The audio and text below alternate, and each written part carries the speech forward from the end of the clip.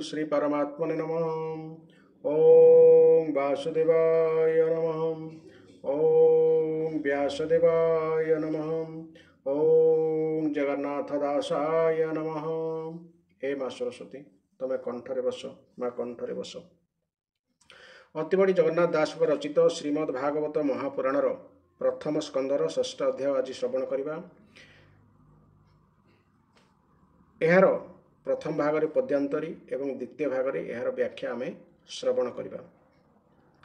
Channel T को subscribe करवा, शुणा एवं शुणा। तेज आसतु यार षष्ठ अध्याय कौन रही क्यों विषय वर्णना कराई प्रथमे जानिबा।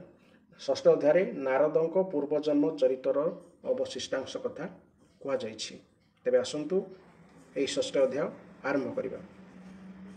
षष्ठे नारद पूर्वजन्म वृत्तांत करन्ति बखाण श्रुत उवाच एमंते नारदंक वाणी से सत्यवती सुत शुणी नारद जन्म कर्म जेते हरिंकी भजिले जे महंते एकथा ए सर्व कथा जानिबारे पुनि पूछिले आरबारे व्यास उवाच थिले सन्यासी जेते दिन तुम्भको कले मंत्रदान संतोषे देई मंत्र दीक्षा गमिले जेणे तांको इच्छा तदन अंतरे कल किस तुम्भर प्रथम बयस जन्मस चई प्रजापति बाळुत काळू जेते गति करिब अंचंती प्राणी सर्वे तुम्भे बंचिल केउ भावे काल प्रवेशे मुनिवर केन्हे छाड़िल कलेबर पूर्वक अल्पर ए विचार कि रूपे हेल जाति स्मर।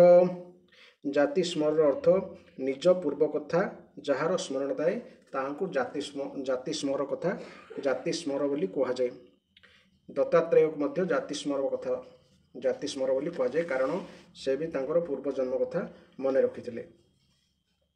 तुम्भर ज्ञान देह अंते कालन हरिला के मंते नारद उवाच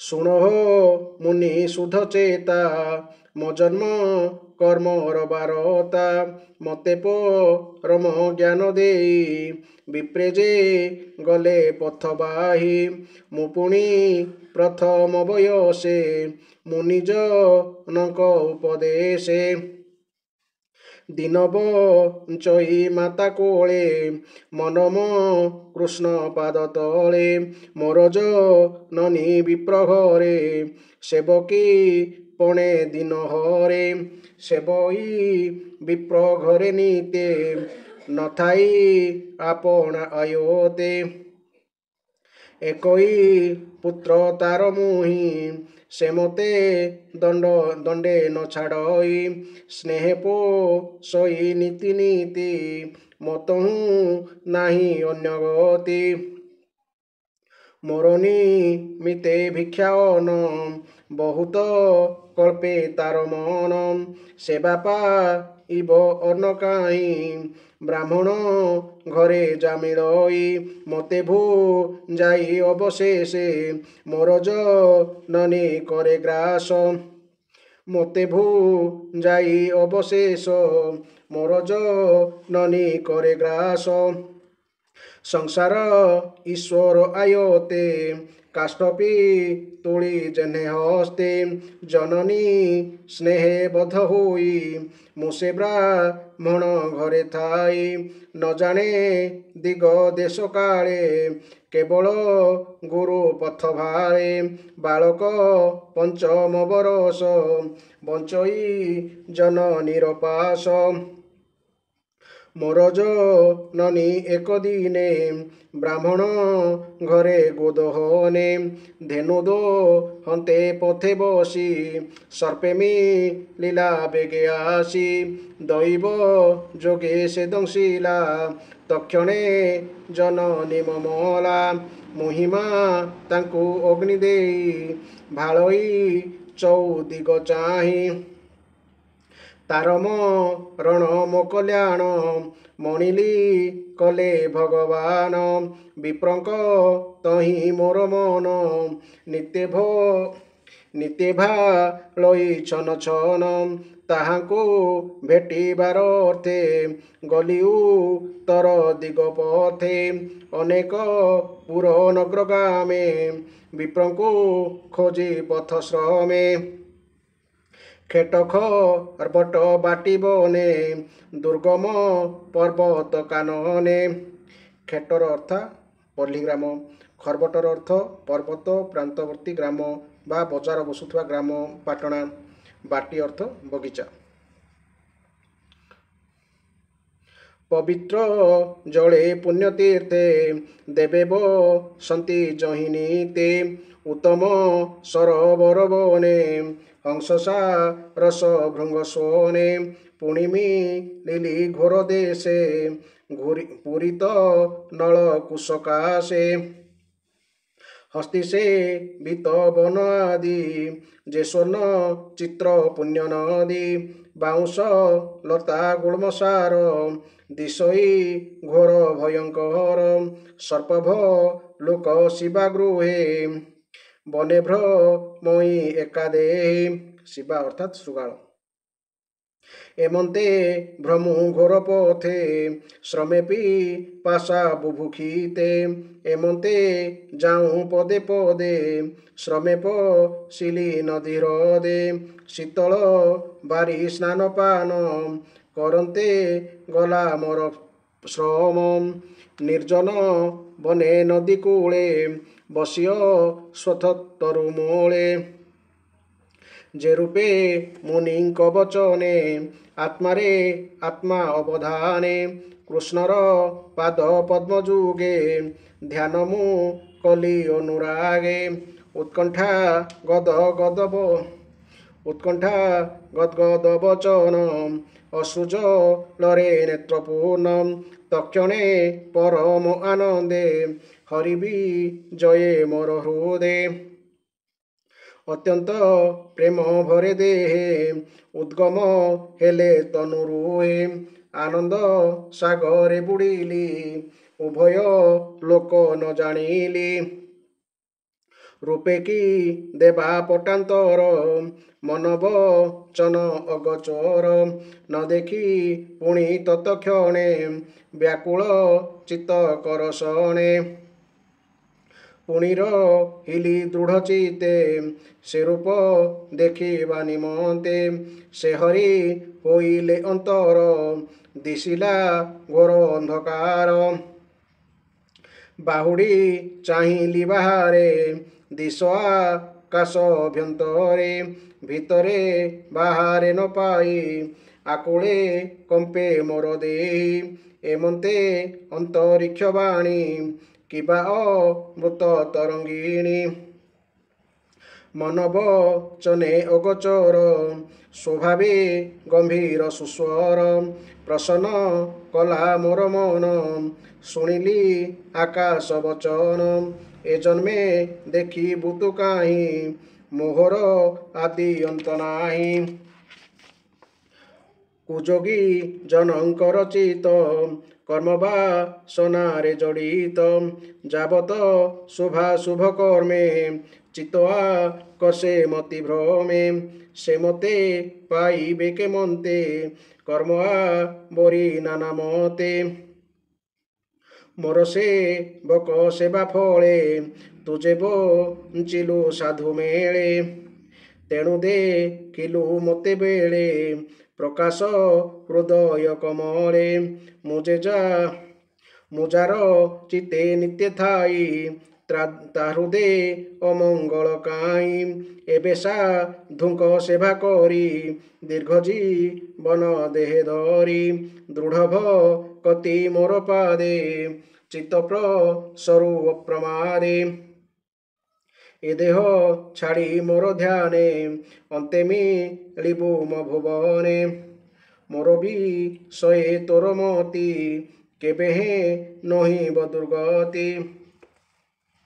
ସୃଷ୍ଟି ପ୍ରଳୟ ବାଧା ଯେତେ କେବେ ନ ଲାଗିବ ତୋତେ ମୋ ଅନୁଗ୍ରହେ ହେଉ ଜ୍ଞାନ ଏମନ୍ତ ଆକାଶ ବଚନ ସ୍ୱଭାବେ ଶୁଭେ ଅନ୍ତରିକ୍ଷେ କେ ତାହା ଦେଖିବ ପ୍ରତ୍ୟକ୍ଷେ ସ୍ୱଭାବେ ରୂପ ନାହିଁ ଯାର ମହାମ ହିମ ନିର୍ବିକାର ସେ ବାଣୀ ଶୁଣି ଚିତ୍ତ ସ୍ଥିରେ ପ୍ରଣାମ କଲି ତାପୟରେ ମୋ ଜୀବ ନ କୃତ କୃତ୍ୟ ଶୁଣ ହେ ସତ୍ୟବତୀ ସୁତ ସେ ବିନୁ ନ ଜାଣଇଆନ ମୋ ସର୍ବଗତି ଭଗବାନ ଲାଜ ଭୟକୁ ପରିହରି ହୃଦେ ଗୋବିନ୍ଦ ନାମ ଧରି ଅନନ୍ତ ନାମ ଗୁଣ ଯେତେ ଚିତେଷୁ ମରି ଅବିରତେ ଭୂମିକ ରହି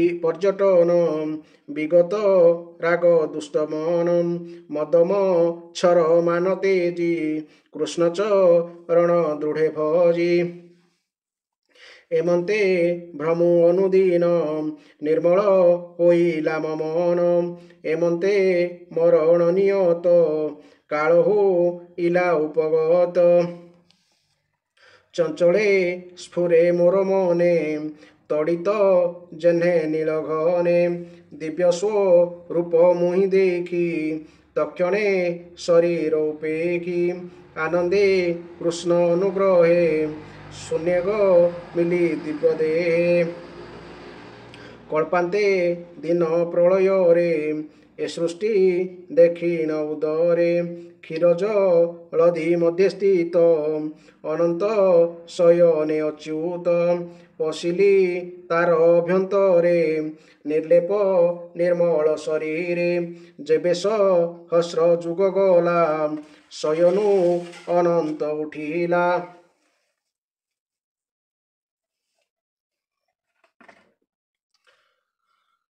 তক্ষণে ব্রহ্মরূপ ধরি ভূমি ভি আই সৃষ্টি করি মরিচি আদি সপ্তসূত ব্রহ্মাম নরু হেলে জাত সপ্তসূত মরিচি আদি সপ্তসূত অর্থাৎ মরিচি পুলস্ত্য পুলহ ক্রতু অত্রি অঙ্গিরা ও বশিষ্ঠ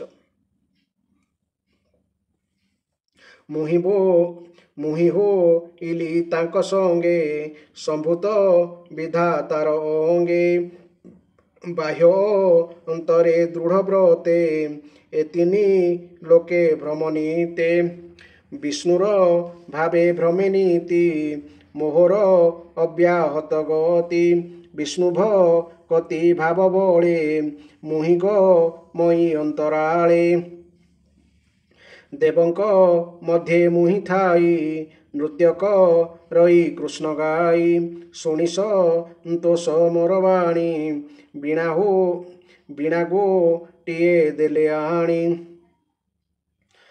শপথ স্বর বিভূষণা শপথ স্বর বিভূষণা সুস্বর নাদ তিনি গুণা স্বরমু অর্চনা নাদ বাই আনন্দে কৃষ্ণ গুণ গাই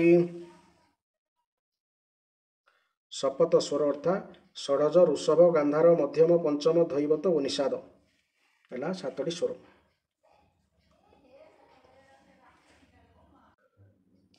ନିରତେ ଭ୍ରମେ ତ୍ରିଜଗତେ ଶୁଣକ ହିବା ଆଉ ଯେତେ ହରିର ଅଭୟ ଚରଣ ଅଶେଷ ତୀର୍ଥଙ୍କର ସ୍ଥାନ ସେ ପାଦ କରନ୍ତେ ସ୍ମରଣ ଶୀଘ୍ରେ ମୋ ଚିତ୍ତେ ନାରାୟଣ ଆଦିତ୍ୟ ତେଜ ପ୍ରାୟ ଦିଶେ ଅଜ୍ଞାନ ତମ ବେগে ନାଶେ ସେ ହରି ଚରିତ ବର୍ଣ୍ଣନ ଭମୁନି ସାବଧାନେ ଶୁଣ ଭବସା ଗରେ ଯେତେ ନରେ ଆତୁର ଚିତ୍ତ ଅଭ୍ୟନ୍ତରେ ବିଷୟା ରସେ ସୁଯନ୍ତ୍ରିତ କେବେ ନହେ ସୁଧଚିତ ଅଛନ୍ତି ଭବ ସିନ୍ଧୁ ଗର୍ଭେ ସେନରେ କେମନ୍ତ ତରିବେ କୃଷ୍ଣର ଗୁଣ ଗାଥା ଘୋଷି ଆନନ୍ଦେ ସୁଖ ନାବେ ବସି ହେଳେ ତ ରିବେ ହରି ଗାଇ ଅନ୍ୟଥା ସୁଖ ଲେଶ ନାହିଁ। ଯମନି ଅମ ଯୋଗ ପଥେ ଜେନର ସାଧେ ଅବିରତେ। ଏନାବ ପାଇ ବସେ କାହିଁ ଯେବେ ଗୋବିନ୍ଦ ଚିତ ନାହିଁ। ଶୁଣ ହେ ସତ୍ୟବତୀ ସୁତ ମୋହର ପୂର୍ବର ଚରିତ। ଜନ୍ମ କର୍ମାଦି ମୋର ଯେତେ କହିଲି ତୁମ୍ଭର ଗ୍ରହତେ। ତୁମ୍ଭର ମନ ତୋଷ ଅର୍ଥେ କହିଲି ଭକ୍ତି ଯୋଗ ଯେତେ। ସୁତକ ହନ୍ତି ଅନୁରାଗେ ଯଜ୍ଞେଶ ମସ୍ତ ମୁନି ଆଗେ। ସୁତ ଉବାଚ ନାରଦ ଜନ୍ମ କର୍ମ କଥା ବିଷ୍ଣୁଭ କତିର ବ୍ୟବସ୍ଥା। ବ୍ୟାସଙ୍କ ଆଗେ ସର୍ବ କହି ଆନନ୍ଦେ ବୀଣା ବାଦ୍ୟ ବାଇ। ଆକାଶ ମାର୍ଗେ ଗଲେ ଏକେ ବିଜୁଳି ଜେହ୍ନେ ବଳାହକେ। ବଳାହକ ଅର୍ଥାତ୍ ମେଘ। ଧନ୍ୟମ ହିମା ଦେବ ଋଷି ନିରତେ କୃଷ୍ଣ ନାମ ଘୋଷି। ହରିଗାୟନେ ଭୋଳ ହୋଇ ବିବିଧ ଛନ୍ଦେ ବୀଣା ବାଇ। ନିରତେ ଭ୍ରମେ ତିନି ପୁରେ ଜଗତ ସଙ୍କଟୁ ଧରେ। ବୋଲୋଇ ଦାସ ଜଗନ୍ନାଥ ପ୍ରଥମ ସ୍କନ୍ଧେ ଭାଗବତ। ଇତି ଶ୍ରୀମଦ୍ଭାଗବତେ ମହାପୁରାଣେ ପରମହଂସ ସଂହିତାୟାଂ ପ୍ରଥମ ସ୍କନ୍ଧେ ବ୍ୟାସ ନାରଦ ସମ୍ବାଦ ନାମ ଷଷ୍ଠୋଧ୍ୟାୟ। ବର୍ତ୍ତମାନ ଏହି ଅଧ୍ୟାୟରେ ଆମେ ବ୍ୟାଖ୍ୟା ଶୁଣିବା। ନାରଦଙ୍କ ପୂର୍ବଜନ୍ମ ଚରିତ୍ରର ଅବଶିଷ୍ଟାଂଶ। ସେହି ସୁତମୁନି ପୁଣି କହିଲେ, ହେ ସନୌକ, ଦେବର୍ଷି ନାରଦଙ୍କର ଜନ୍ମ ଓ ସାଧନା ବିଷୟ ଶୁଣି ସତ୍ୟବତୀ ନନ୍ଦନ ଭଗବାନ ଶ୍ରୀ ବ୍ୟାସଦେବ ଅତ୍ୟନ୍ତ ପ୍ରସନ୍ନ ହୋଇଗଲେ। ସେ ନାରଦଙ୍କୁ ପଚାରିଲେ, ବ୍ୟାସଦେବ ପଚାରିଲେ, ହେ ନାରଦ, ଆପଣଙ୍କୁ ଜ୍ଞାନ ଉପଦେଶ ପ୍ରଦାନ କରିଥିବା ସେହି ମହାତ୍ମାମାନେ ଚାଲିଯିବା ପରେ ଆପଣ କ'ଣ କଲେ? ସେତେବେଳକୁ ତ ଆପଣ କମ୍ ବୟସର ପିଲାଟିଏ ହୋଇଥିଲେ। ସେ ସ୍ୱୟଂଭୁବ, ହେ ସ୍ୱୟଂଭୁବ, ଆପଣଙ୍କର ଶେଷ ଜୀବନ କିପରି କଟିଲା ଏବଂ ମୃତ୍ୟୁବେଳେ ଆପଣ କିପରି ଭାବରେ ଦେହତ୍ୟାଗ କଲେ? ହେ ଦେବର୍ଷି, କାଳ ତ ସକଳ ବସ୍ତୁକୁ ନଷ୍ଟ କରିଦିଏ, କିନ୍ତୁ ଆପଣଙ୍କର ସେହି ପୂର୍ବ କଳ୍ପର ସ୍ମୃତି ନଷ୍ଟ ନ ହେଲା କିପରି? ଶ୍ରୀ ନାରଦ କହିଲେ, ମୋତେ ଜ୍ଞାନ ଉପଦେଶ ପ୍ରଦାନ କରିଥିବା ମହାତ୍ମାଗଣ ଚାଲିଯିବା ପରେ ମୁଁ ଖୁବ୍ ଛୋଟ ହୋଇ ମଧ୍ୟ କିପରି ଜୀବନ କଟାଇଲି ଶୁଣନ୍ତୁ। ମୁଁ ତ ଥିଲି ମୋ ମାଆଙ୍କର ଏକମାତ୍ର ପୁତ୍ର। ସେ ବିଚାରୀ ଏକେ ତ ଥିଲେ ନାରୀ, ଦ୍ୱିତୀୟରେ ମୂଢ଼ ଏବଂ ତୃତୀୟରେ ଦାସୀ। ମୋର ମଧ୍ୟ କେବଳ ତାଙ୍କ ବ୍ୟତୀତ ଅନ୍ୟ କେହି ସାହା ଭରସା ନଥିଲେ। ମା ମୋତେ ନିବିଡ଼ ସ୍ନେହପାଶରେ ବାନ୍ଧି ରଖିଥିଲେ। ମୋର ରକ୍ଷଣାବେକ୍ଷଣ ନେଇ ସେ ବହୁତ ଚିନ୍ତିତ ଥିଲେ ସତ, କିନ୍ତୁ ପରାଧୀନା ହୋଇଥିବାରୁ କିଛି କରିପାରୁ ନଥାନ୍ତି। କିପରି ବା କରିପାରିଥାନ୍ତେ? କାଠ କଣ୍ଢେଇ ଯେପରି ତାହାକୁ ନଚାଉଥିବା ଲୋକର ଇଚ୍ଛା ଅନୁସାରେ ହିଁ ନାଚେ, ଏହି ସଂସାର ତ ସେହିପରି ଈଶ୍ୱରଙ୍କର ଇଚ୍ଛାର ଅଧୀନ। ଏହି ରୂପେ ମାଆଙ୍କର ସ୍ନେହ ବନ୍ଧନରେ ବାନ୍ଧି ହୋଇ ମୁଁ ସେହି ବ୍ରାହ୍ମଣ ଶାସନରେ ହିଁ ରହିଗଲି। ମୋ ବୟସ ସେତେବେଳକୁ ମାତ୍ର 5 ବର୍ଷ। ଛୋଟ ପିଲା ହୋଇଥିବାରୁ ମୋର ଦେଶ, କାଳ କି ଦିଗ ବିଷୟରେ କୌଣସି ଜ୍ଞାନ ନଥାଏ। ଦିନକର କଥା, ମା ରାତି ନ ପାହୁଣୁ ଗାଈ ଦୁହିଁବାକୁ ବାହାରିଗଲେ। ଅନ୍ଧାରରେ ଯାଉ ଯାଉ ଗୋଟିଏ ସାପ ଉପରେ ତାଙ୍କର ପାଦ ପଡ଼ିଗଲା। ତାଙ୍କୁ ସାପ କାମୁଡ଼ିଦେଲା। ସାପର ବା ଦୋଷ କ'ଣ? ତାହା ତ କାଳର ହିଁ ପ୍ରେରଣା ଥିଲା। ମୁଁ ବୁଝିଗଲି ଯେ ଭକ୍ତମାନଙ୍କର ମଙ୍ଗଳ ଚାହୁଁଥିବା ଭଗବାନଙ୍କର ଏହା ବି ହେଉଛି ଏକ ଅନୁଗ୍ରହ। ସେହି ଘଟଣା ପରେ ମୁଁ ଘର ଛାଡ଼ି ଉତ୍ତର ଦିଗ ଅଭିମୁଖେ ବାହାରି ପଡ଼ିଲି। ଯାଉ ଯାଉ ମୁଁ ବାଟରେ ଧନଧାନ୍ୟର ସମ୍ପନ୍ନ ବହୁ ଦେଶ, ନଗର, ଗ୍ରାମ, ଗୋପାଳ ବସ୍ତି, ପଲ୍ଲୀ, ଖଣି, ନଦୀ ତଟବର୍ତ୍ତୀ, ପାର୍ବତ୍ୟ ଉପତ୍ୟକାର ପଡ଼ା, ବଗିଚା, ବନ ଉପବନ ଏବଂ ରଙ୍ଗ ବେରଙ୍ଗ ଧାତୁରେ ପୂର୍ଣ୍ଣ ବିଚିତ୍ର ପର୍ବତମାନ ଦେଖିଲି। ସ୍ଥାନେ ସ୍ଥାନେ ବିରାଟ ବଣୁଆ ବୃକ୍ଷମାନ ଠିଆ ହୋଇଥାନ୍ତି। ହାତୀମାନେ ସେସବୁ ଗଛର ଡାଳ ଭାଙ୍ଗି ଦେଇଥାନ୍ତି। ବାଟରେ ଶୀତଳ ଜଳରେ ପୂର୍ଣ୍ଣ ଜଳାଶୟମାନ ଥାଏ। ସେଗୁଡ଼ିକରେ ଦେବ କାର୍ଯ୍ୟରେ ଲାଗୁଥିବା ବହୁ ପଦ୍ମଫୁଲ ଫୁଟିଥାଏ। ସେହି ପଦ୍ମବନରେ ନାନା ପ୍ରକାର ପକ୍ଷୀ ରାବ କରୁଥାନ୍ତି ଏବଂ ଦଳ ଦଳ ଭ୍ରମଣ ଗୁଞ୍ଜନ କରୁଥାନ୍ତି। ଏପରି ବିଭିନ୍ନ ଦୃଶ୍ୟ ଦେଖି ଦେଖି ମୁଁ ଆଗକୁ ଚାଲିଲି। ମୁଁ ତ ଏକୁଟିଆ ଚାଲିଥାଏ। ବହୁ ଦୂର ଚାଲିଯିବା ପରେ ମୁଁ ଗୋଟିଏ ଗହନ ବନରେ ପହଞ୍ଚିଗଲି। ସେଠାରେ ସର, ବାଉଁଶ, ନଳ, କୁଶ ଓ କିଚକ ଗଛ ପୂର୍ଣ୍ଣ ହୋଇ ରହିଥାଏ। ବଣଟି କେତେ ଯେ ଲମ୍ବା ଚଉଡ଼ା ଜାଣି ହେଉନଥାଏ। ସେହି ବଣରେ ସାପ, ପେଚା, ବିଲୁଆ, ଗଧିଆ ଆଦି ଭୟଙ୍କର ଜୀବ ସବୁ ବାସ କରୁଥାନ୍ତି। ବଡ଼ ଭୟଙ୍କର ସ୍ଥାନ ହୋଇଥାଏ। ଚାଲି ଚାଲି ମୋ ଗୋଡ଼ ହାତ ଶିଥିଳ ହୋଇଗଲା। ଖୁବ୍ ଜୋରରେ ଶୋଷ ହେଲା, ଭୋକ ବି ଲାଗୁଥାଏ। ଯାଉ ଯାଉ ଗୋଟିଏ ନଦୀ ପଡ଼ିଲା। ମୁଁ ନଈ ପାଣିରେ ଗାଧୋଇଲି, ମୁହଁ ଧୋଇ ପେଟେ ପାଣି ମଧ୍ୟ ପିଇଲି। ମୋର କ୍ଳାନ୍ତି ଟିକେ ଦୂର ହେଲା। ସେହି ନିର୍ଜନ ବନରେ ଗୋଟିଏ ଅଶ୍ୱତଥ ଗଛ ମୂଳେ ମୁଁ ଯାଇ ବସି ପଡ଼ିଲି। ତାପରେ ସେହି ମହାତ୍ମାମାନଙ୍କଠାରୁ ଯେପରି ଶୁଣିଥିଲି, ମୁଁ ଅନ୍ତର୍ଯ୍ୟାମୀ ପରମାତ୍ମାଙ୍କର ଠିକ୍ ସେହି ସ୍ୱରୂପକୁ ଧ୍ୟାନ କରିବାକୁ ଲାଗିଲି। ଭକ୍ତିଭାବପୂର୍ଣ୍ଣ ବଶୀକୃତ ଚିତ୍ତରେ ଭଗବାନଙ୍କର ଚରଣ କମଳକୁ ଧ୍ୟାନ କରୁ କରୁ ଭଗବତ୍ ପ୍ରାପ୍ତିର ତୀବ୍ର ଉତ୍କଣ୍ଠାରେ ମୋର ନେତ୍ର ଅଶ୍ରୁ ଛଳଛଳ ହୋଇଗଲା ଏବଂ ମୋ ହୃଦୟରେ ତୁରନ୍ତ ଭଗବାନ ପ୍ରକଟ ହୋଇଗଲେ।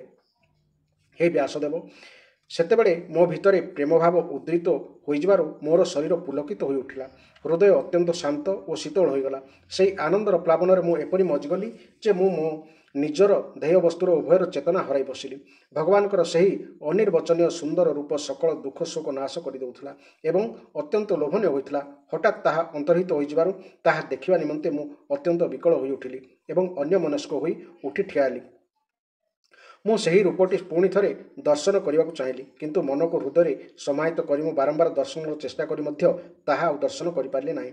ମୁଁ ଅତୃପ୍ତଙ୍କ ପରି ଆତୁର ହୋଇ ଉଠିଲି ଓ ସେହି ନିର୍ଜନ ବନରେ ବସି ମୁଁ ଭଗବତ୍ ଦର୍ଶନ ନିମନ୍ତେ ଚେଷ୍ଟା କରୁଛି ଦେଖି ଯେଉଁ ଭଗବାନ ବାଣୀର ବିଷୟ ନୁହନ୍ତି, ସେ ସ୍ୱୟଂ ବଡ଼ ମଧୁର ଗମ୍ଭୀର ଧ୍ୱନିରେ ମୋର ଶୋକ ଶାନ୍ତ କଲାପରି କହିଲେ, ଦୁଃଖର ବିଷୟ ଯେ ତୁମେ ଇହ ଜନ୍ମରେ ମୋର ଦର୍ଶନ ପାଇପାରିବ ନାହିଁ।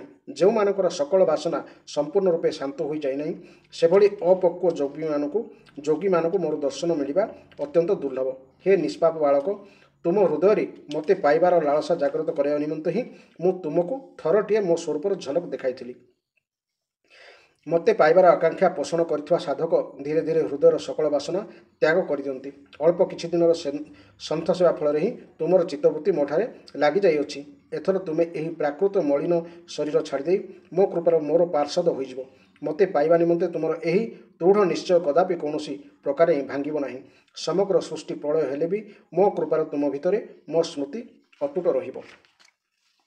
ଆକାଶ ପରି ମହାନ ସେହି ସର୍ବଶକ୍ତିମାନ ଅବ୍ୟକ୍ତ ପରମାତ୍ମା ଏତିକି କହିଦେଇ ଚୁପ୍ ହୋଇଗଲେ। ପ୍ରଭୁଙ୍କର କୃପା ଅନୁଭବ କରି ମୁଁ ମଥା ନତ କରି ସେହି ପରମ ମୋହନୀୟ ଭଗବାନଙ୍କୁ ପ୍ରଣାମ କଲି।